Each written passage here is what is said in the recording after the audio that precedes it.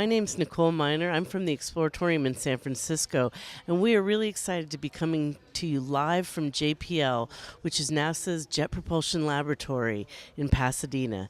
Today is a great day. They are about to land a lander on Mars. So this is going to be a lot of fun. We're here because the control room for the mission is here at JPL. You can actually see a picture of it here next to me. Things are a little bit quiet in there. All those people are monitoring the data. So stay tuned. We'll go to that cut soon. Today's the first landing on Mars in 6 years. InSight will be landing today. And 6 years ago, in 2012, Curiosity rover landed. So it's been a while, and things are really exciting. InSight is going to be studying the heartbeat of Mars, so learning about its interior. Let's go to a video now so you can learn a little bit more about this mission. InSight is a Mars lander designed to study the inner space of Mars. InSight carries a seismometer that measures the seismic waves created by Mars quakes. Its measurements will provide a glimpse into the planet's internal activity. This will be the first mission to pick instruments off the deck of a lander using a robotic arm and placing them on the surface of Mars. There is a wind and thermal shield that will be placed on top of the seismometer to protect it. It will also have a heat flow and physical properties probe, HP cubed, which will penetrate into the Mars surface about 5 meters or about 16 feet to take the temperature of Mars and help determine what the source of the heat is. InSight's rotation and interior structure experiment uses a radio on the spacecraft to measure small variations in the wobble of Mars' North Pole. These observations will provide information on the structure and composition of its core. InSight's primary mission is 2 Earth years, or a little over 1 Mars year. Can you tell us a little bit about why studying Mars is important and what we can learn about both Earth and our solar system from studying Mars? Sure. So every time we go to another planet, we learn something about our own planet. And, Mars is just the right place to learn about the very early evolution of planets.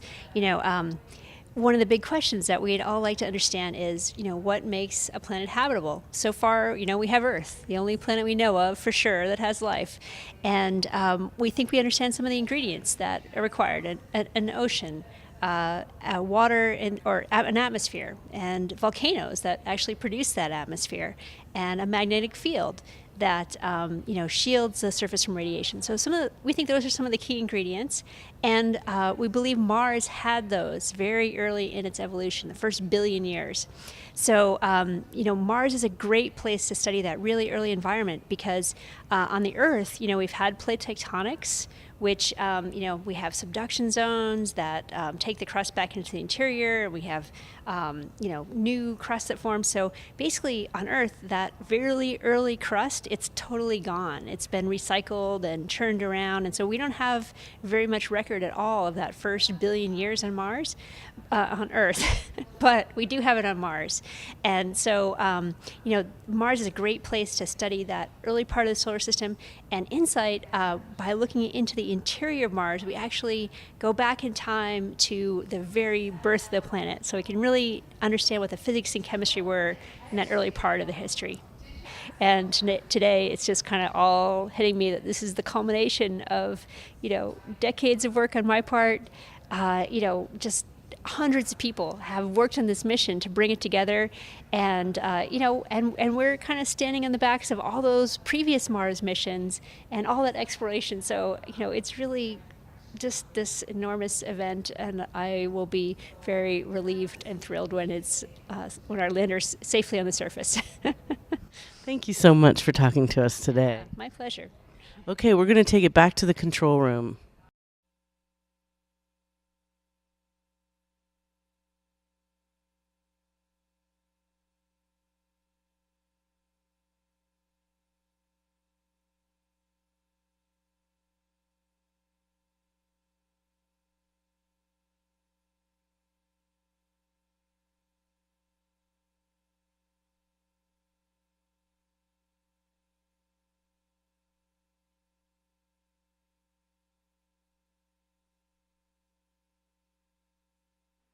Reggie Science reports drop in carrier power as expected. Marco A and Marco B have telemetry.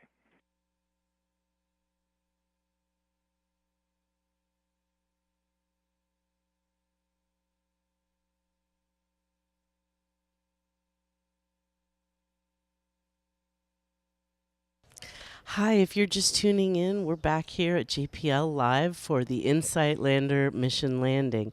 Things are getting closer now. Landing on Mars is really hard.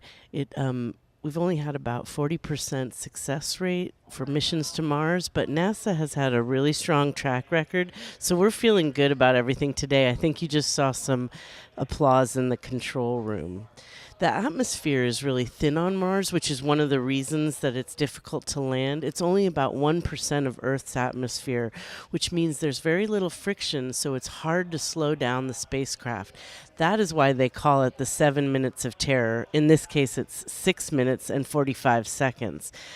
So we're going to learn a little bit more about landing and all of these challenges. Let's take a look at this video. InSight launched from Vandenberg Air Force Base in California on May 5th, 2018. For the past 6.5 months, it has been cruising through space, traveling over 300 million miles, and today, if all goes as planned, it will land on the surface of Mars. About 7 minutes before arriving at the top of the atmosphere, the spacecraft will separate from the cruise stage and orient itself so the heat shield is precisely facing in the right direction. It will then hit a target point at the top of the Martian atmosphere at about 6 times the speed of a high-velocity bullet and will begin a process known as entry, descent, and landing. The heat shield will experience temperatures well over 1,000 degrees Celsius. Over the next few minutes, it will deaccelerate from about 13,000 miles per hour to about 1,000 miles per hour. At about 10 miles above the surface, a supersonic parachute launches out of the back of the spacecraft. It releases the heat shield and it will deploy its 3 legs designed to absorb its impact upon landing. At about a mile from the surface, the lander falls away from the back shell and lights its engines. The last thing that has to happen is that at contact, the engines have to shut down immediately so the vehicle does not turn over. 16 minutes after that, letting any dust from the landing settle, the fan-like solar panels that are especially designed for Mars' weak sunlight will deploy. So could you tell us a little bit about what's happening today in the landing sequence? What's happening in the control room? What are all those people doing? Okay, yeah, so basically right now we have a whole team in the control room looking at data coming down from the spacecraft. One of the interesting things, however, is that when we're looking at data coming down from the spacecraft, that data is actually already 8 minutes old. So it's data coming from the past, because when you get radio signals coming from InSight, Mars is so far away that even though the data is traveling at the speed of light, it takes 8 minutes to get to Earth. So when we're landing on Mars, when we get data in the control room of that first signal that we're entering the Martian atmosphere, InSight is actually already going to be on the surface of Mars. It'll either be in one piece or multiple pieces, but it's already going to be there. What kinds of adjustments are made for landing, and how much of it is automated, and how quickly does that happen? Okay, so we've been doing adjustments for landing since the day we launched. So when we launched, the rocket gives us, it gives us speed. We're going generally towards Mars, right? And we had things called trajectory correction maneuvers. So we've actually had 5 of those, with TCM6 being the last one that happened the day before landing. Now I said TCM6 and I said 5 maneuvers. I do know how to count. We skipped one. We actually skipped TCM4, I believe, because we were just going in the right direction and we didn't need to do that correction maneuver. And each time we do a correction maneuver, we're basically just adjusting the direction we're going in so we can target the exact spot that we're landing on Mars. So that last TCM6, we basically were just looking at exactly where we'd like to go on Mars within a few kilometers. And the other thing that we adjust is we've been looking at weather. Basically, we've been monitoring the weather on Mars, and depending on what we were looking at, we would have adjusted different entry, descent, and landing parameters differently. We have a clear day today on Mars, no storms, it's a beautiful sunny day. So we adjusted the parameters to deal with that kind of environment. Okay, we're going to take it back to mission control. InSight is now traveling at 1,000 meters per second. Once InSight slows to about 400 meters per second, it will deploy its 12-meter diameter supersonic parachute. The parachute will deploy nominally at about Mach 1.7.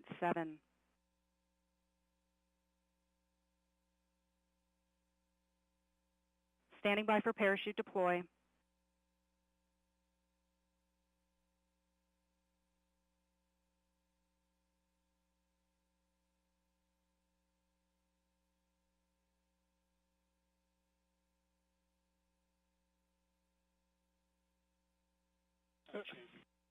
Radio science reports sudden change in Doppler. Ground stations are observing signals consistent with parachute deploy. Marco Alpha, Marco Bravo, maintain lock status. Telemetry shows parachute deployment. Radar powered on.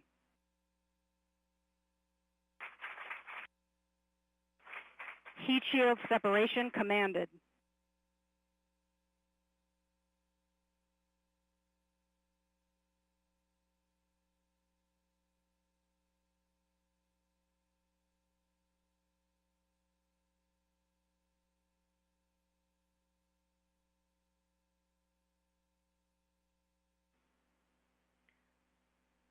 We have radar activation where the radar is beginning to search for the ground. Once the radar locks on the ground and InSight is about 1 kilometer above the surface, the lander will separate from the backshell and begin terminal descent using its 12 descent engines.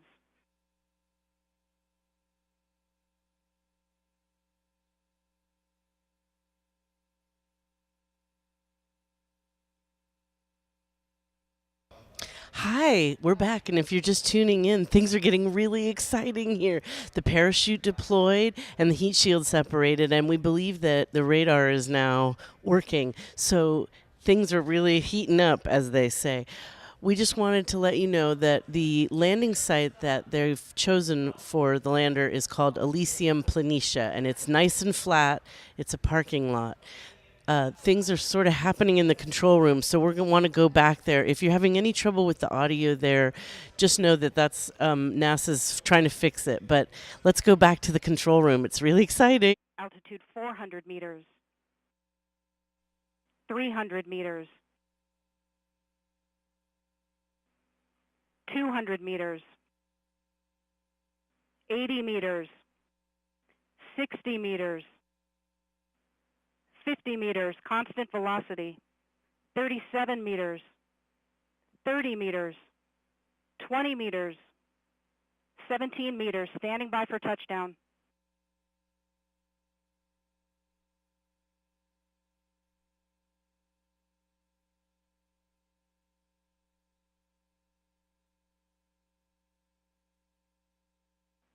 Touchdown confirmed. InSight is on the surface of Mars.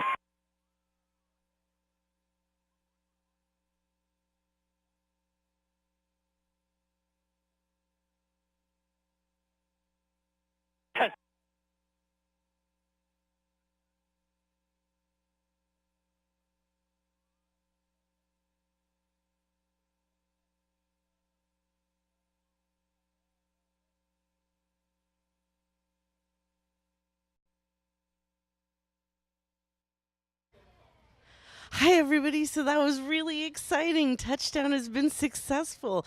I'm sure you can see all the mission staff are so excited. There's a lot of handshaking, a lot of high-fiving.